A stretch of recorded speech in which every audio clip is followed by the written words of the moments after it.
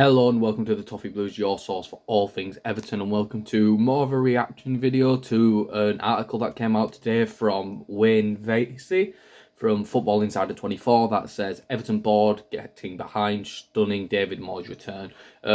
We're just going to go through this article today and talk about it, give my opinions on it and more my opinions on should we sack Dyche to bring in Moyes. I am sorry about that little bit of light that seems to be coming through. There's nothing I can really do about that. But to get this started, it starts off by saying David Moyes is receiving a groundswell of support within the Everton boardroom to make a sensational return. Sources have told Football Insider. Club directors are grateful to Sean Dyche for keeping the team up last season, but some believe Moyes is capable of taking his former club back to the next level.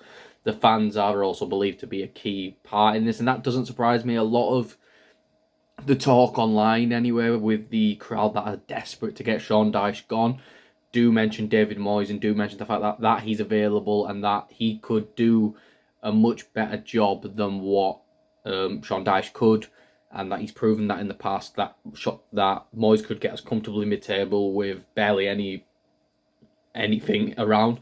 But I think the one thing you've got to take a look at is that even though Moyes spent no money, if you look at those teams, almost 15 years ago now, those late 2000s, early 2010s Everton teams that didn't really spend much money, yes, they were built on incredibly shrewd, incredibly smart transfer business, which helped us bring in players like Tim Cahill, Mikel Arteta, Stephen Pienaar, Phil Neville. I can keep going, Tim Howard. I can keep going listing names, and Marouane Fellaini, Jelavic, Yakubu, names like that. Some of those may have been a bit more money spent than the others, but there were also a few stinkers in there. And I think my thing is with David Moyes is I think we're swapping Dyche out for just a little bit better version of himself. And I understand that we've played 3 games, we've been tonked in 2 of them, and then give up what will in the end of the season be the most embarrassing result at the end of the season. No doubt about it. I think a team could lose 5 or 6-0. That's more embarrassing, to be completely honest. Man City could lose 3-0 to Southampton. That's more embarrassing.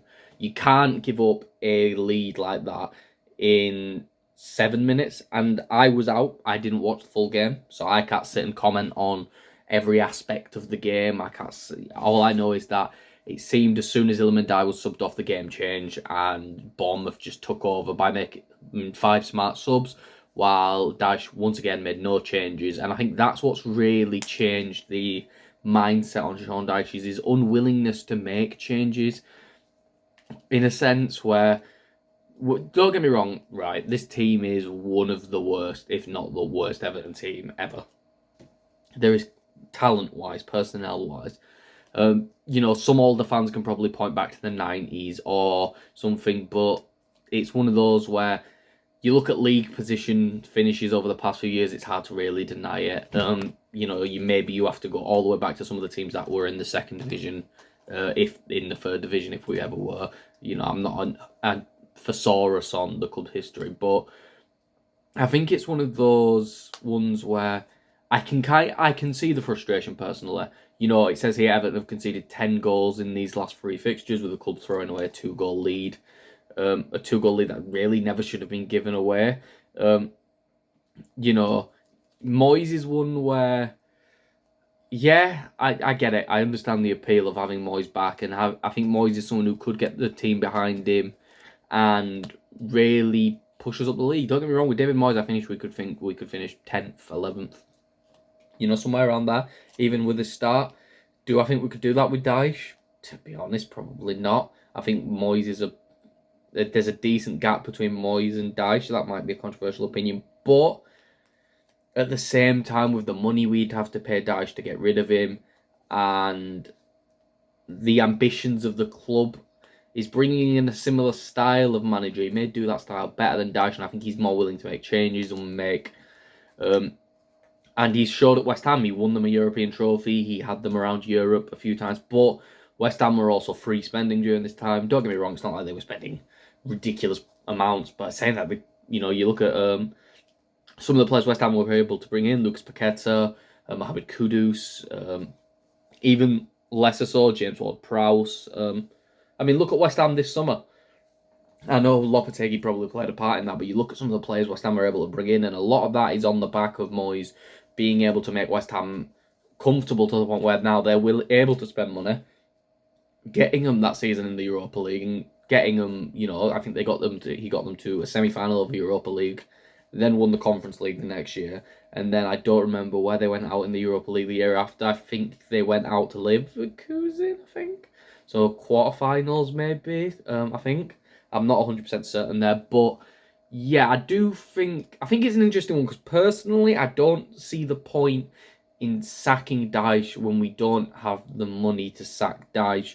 When the money that's there, hopefully, would probably be better spent on going and trying to get players in January than giving Dyche like a 2, 3, 4, I don't know how, a couple of £1 million in compensation. And I do believe Dyche can turn it around. To be honest with you, I think this season's been a bit of a write-off since the summer, to be honest with you. I know that's a bit of a crazy thing to say as a fan of the club, but what I mean is I always see this season as being between like 13th and 17th, to be honest. I know we've lost all 3 games, so now it's we're going to get relegated, but I think how many seasons in a row have we been saying this for now? I think there's clear talent in this team with players like Callum and Dye, and so we've still got Jared Branthwaite to come back, which I do think will show up the defence compared to having Michael Keane there. I think the troubles is, the right back this position. I had a lot of negativity towards Mikalenko after the Bournemouth game, so it's one of those where it's an interesting one in the end of the day because there is so much that needs to be improved, but so little resources to make that improvement. I do think it's one where, is it worth getting Moyes in? Maybe if we get a new owner so if Textor comes in and is willing to set the funds up to sack Dyche, then yeah, but with Moshiri still in charge, with little money, and we're going to need reinforcements in January because, to be honest with you, I think even if we get Moyes in, we're still going to be around 15th, 16th in January, and it'll be one of those things where we have a nice second half of the season. Again, I think it is going to be one of those again. And I understand the worry. No one wants to get relegated in the last season in Goodison because it's embarrassing playing against, Huddersfield or Portsmouth. No offense to those teams, but those, playing in the Championship in this brand new stadium that's, going to host games at the Euros, that's meant to be a sign of this club going forward. I get that, but I just don't see the point in paying Dyche this big fee to get rid of him to then bring in David Moyes. I feel like it's a lack of ambition for the club, and it's just a run down memory lane because it's our last season at Goodison Park thing. And the one thing I'll say is Moyes clearly loves the club. He still speaks very positively of the club. So I get that it's someone who's passionate to succeed with Everton, and maybe someone who sees that he was never really given big funds to spend. Maybe if he's given some money to spend, he could prove it.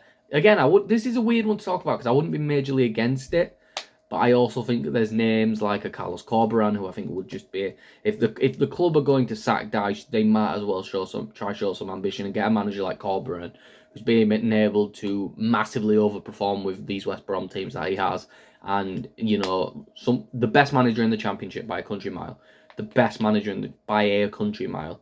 So I think it's one of those where that would probably be my move, but I'm not massively against Moyes. I think it's one of those where if it happens, it happens, but I just don't see the point unless Textor comes in or someone comes in who's willing to put the funds in themselves to sack Dyche, so we don't have to spend what limited money we have just to sack a manager, which then takes away from what we might have in January. So, because at this point, we're having to rely so much on a takeover just to do anything that it is really a difficult situation to what to do. But I would like to know what you all think. If you did enjoy this video, please make sure to like and subscribe. Follow us on Twitter at Everton Newsfeed, and follow me on Twitter at Callum Bradham3, and I will see you all for the next video and or live stream that I am on. Goodbye, everyone.